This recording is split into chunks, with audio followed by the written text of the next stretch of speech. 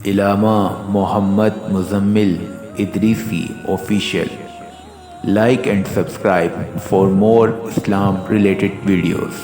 بسم اللہ الرحمن الرحیم. اللہم صلی علی سیدنا و مولانا محمد وعلی آل سیدنا و مولانا محمد وبارک وسلم. اتحاد اہل سنت پر بہت لوگ کام کر رہے ہیں، بہتوں نے کام کیا ہے اور کرتے رہیں گے. اللہ کریم ان کو جزا عطا فرمائے، بہترین جزا.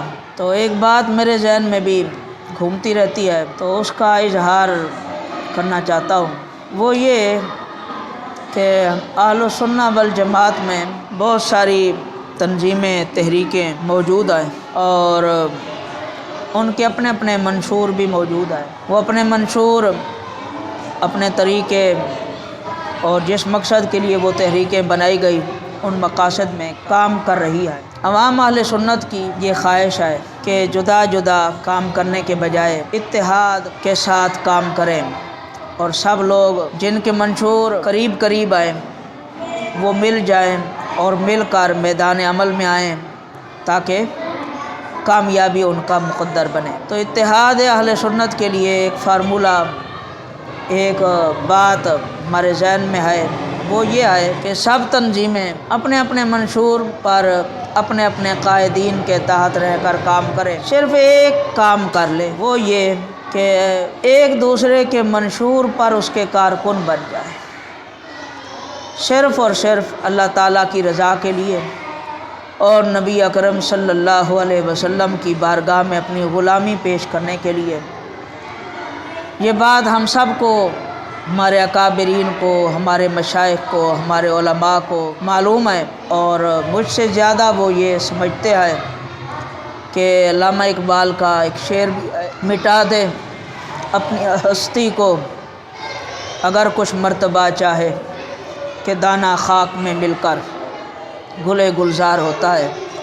اگر آپ کے منشور، ان کا منشور جدا جدا ہے تو ان کے منشور کے نیچے کارکن بن جائیں، خدا تعالیٰ کی رضا، محبوب کریم علیہ الصلاۃ والسلام کی غلامی کی خاطر، اور اس بات کی پرواہ نہ کریں کہ انہوں نے آپ کو بلایا یا نہیں، وہ آپ کے پاس چل کر آئے یا نہیں، بلکہ اس بات کی پرواہ کریں کہ یہ رسول اللہ صلی اللہ علیہ وسلم کے دین کی سربلندی، اعلاء کلمت اللہ کے لیے یہ کام کر رہا ہے اور اس کام میں میں اس کا کارکن بن جاؤں اور اس کو تقویت پہنچاؤں.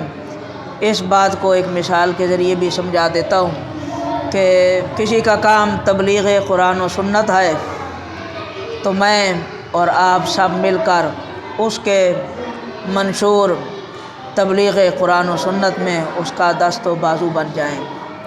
کسی کا کام سیاست ہے تو ہم سب مل کر اس کی قیادت میں محبوب کریم علیہ السلام کی غلامی ادا کرنے اور اللہ تعالیٰ کی رضا کے لیے اس کا دست و بازو اور کارکن بن جائیں، اس بات کی پرواہ کیے بغیر کہ وہ ہمیں بلاتا ہے یا نہیں.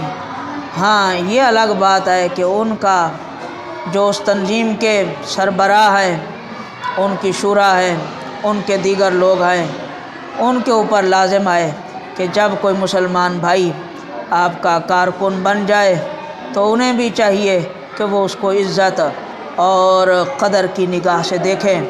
تو اگر ہم یہ کام کر لیں گے تو انشاءاللہ کل قیامت کے دن اللہ تعالیٰ اور اس کے محبوب صلی اللہ علیہ وسلم کی بارگاہ میں سر خرو ہو جائیں گے.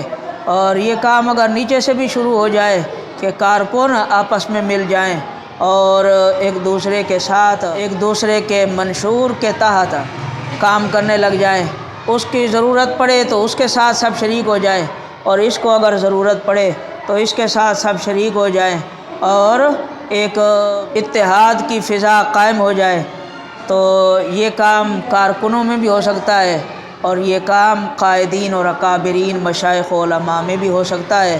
اللہ کریم ہم مسلمانوں کو اپنے محبوب کریم علیہ السلام کی رضا کی خاطر اپنے معاملات کو پیچھے رکھنے کی اور رسول اللہ صلی اللہ علیہ وسلم کے دین متین کو آگے رکھنے کی توفیق عطا فرمائے. وآخر دعوانا الحمدللہ رب العالمین.